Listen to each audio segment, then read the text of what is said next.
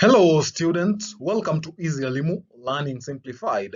I am your teacher, Mr. Stanley Ombogo. So dear students, once again welcome back to this exciting session, and we are going to look at that is an area in grammar, and the area is, or the topic is, direct and indirect speech. So it is not the first time, I believe, that we are coming across direct and indirect speeches. So this area is first introduced in Form 1 work.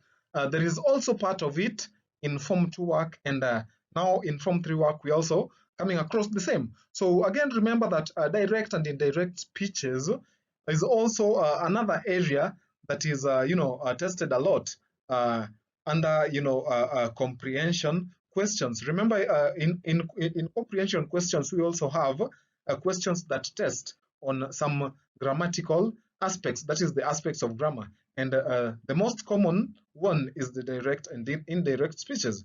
So dear students, we often have to give information about what people say or think. So to give such information, one has to use what we call a direct speech.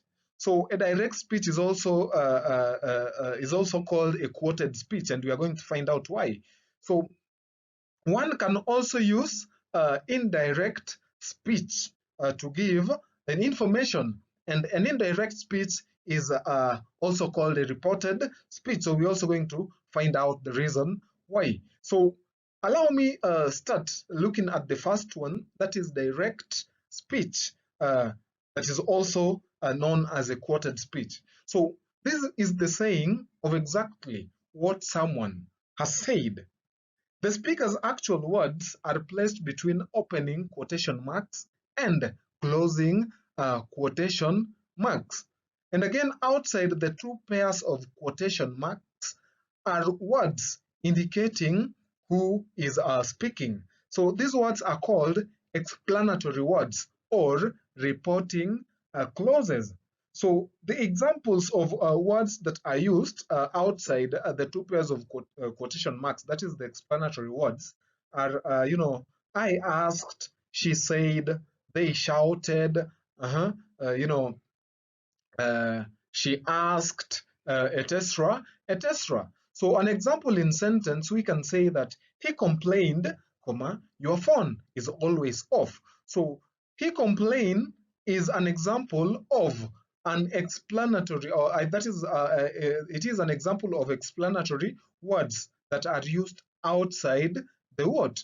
The two pairs of quotation marks. So remember that what we have within that is the two pairs of quotation marks are the exact words that were said by the speaker.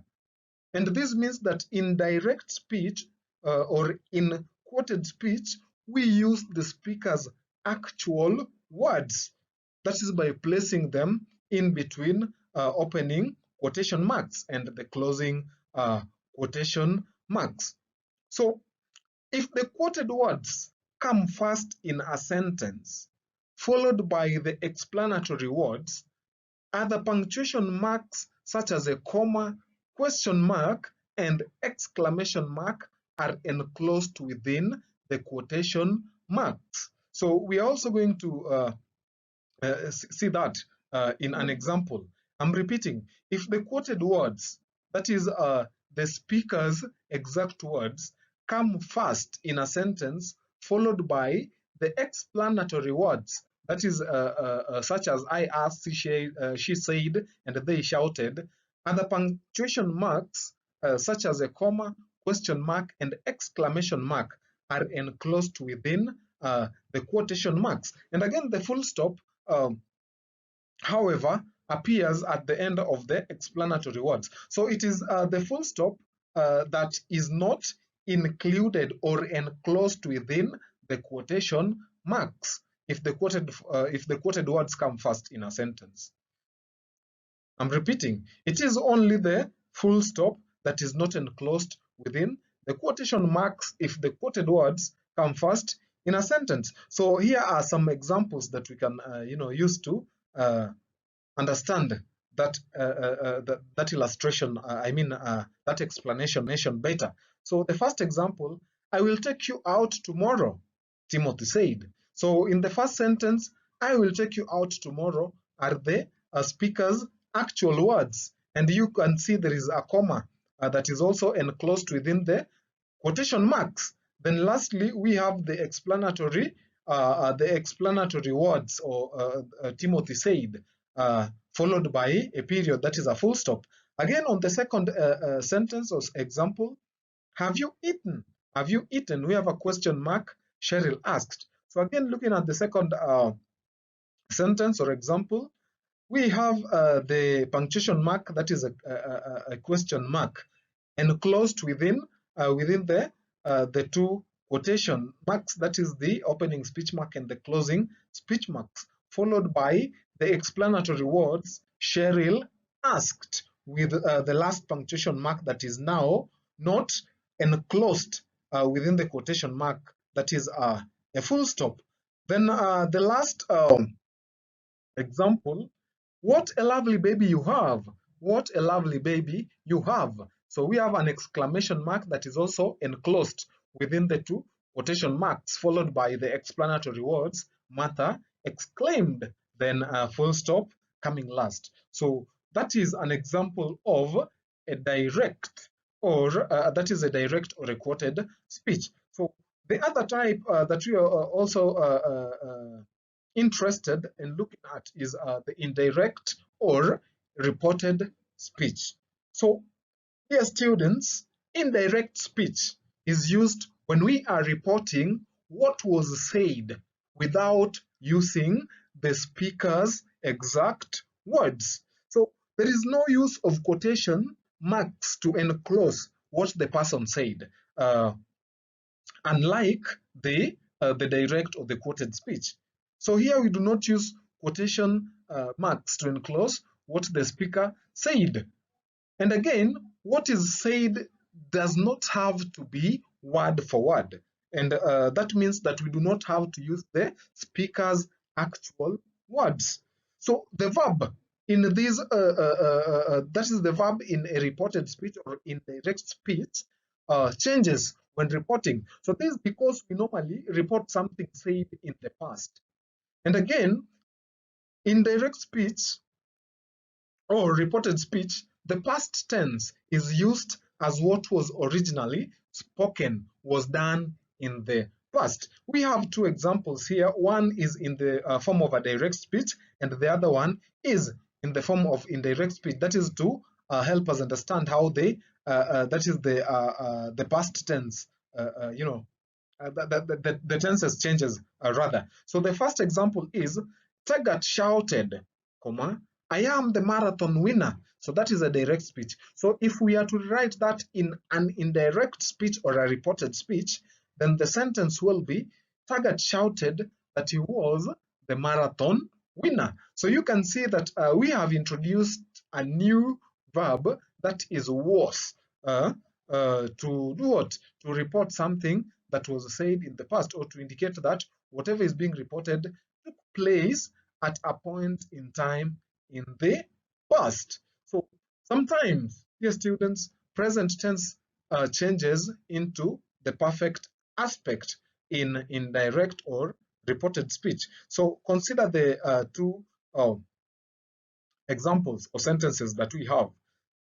I ate a banana this morning, Della said. So that is a direct speech. So in these two examples that we have, it represents, that is, how the present tense can sometimes change into the perfect aspect. So when we're talking about the perfect that is the perfect aspect, we normally, or it is introduced by the auxiliary verbs in the form of the verb in the form of the verb to have. So we can use have, has, and had. But in not all, we only use the that is had, because it is only had that talks about, it is only had that is an auxiliary, primary auxiliary verb that talks about things that happened at a point in time in the past. So in the first sentence, I ate a banana this morning, Della said, that is a direct speech. The second sentence, Della said she had eaten a banana that morning. So this is an indirect speech.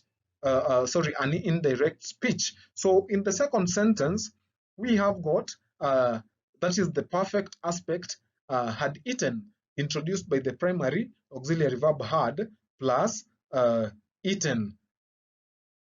That is also another form of a verb. So there is a table here that has got further examples containing the direct speech and indirect speech. So on the first is it row column, we have she said it is going to rain, and on the other side, that is indirect speech, she said it was going to rain. Then the singer said, I have been singing since 2010. Then on indirect speech, the singer said he had been singing since 2010. Then lastly, the teacher said, I will teach tomorrow.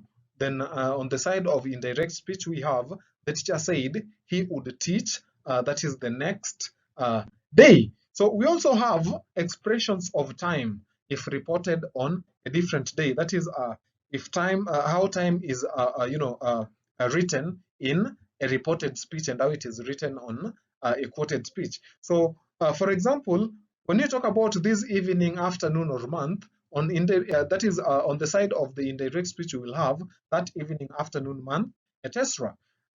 In indirect speech, we have today. Then indirect speech, there is that day. Then direct speech, these days, months, etc. Indirect speech, those days, months, and so on. Direct speech we have now. Indirect speech there is then. Direct speech there is a day, a week, a month, etc. after. Then indirect speech we have a day, a week, a month before.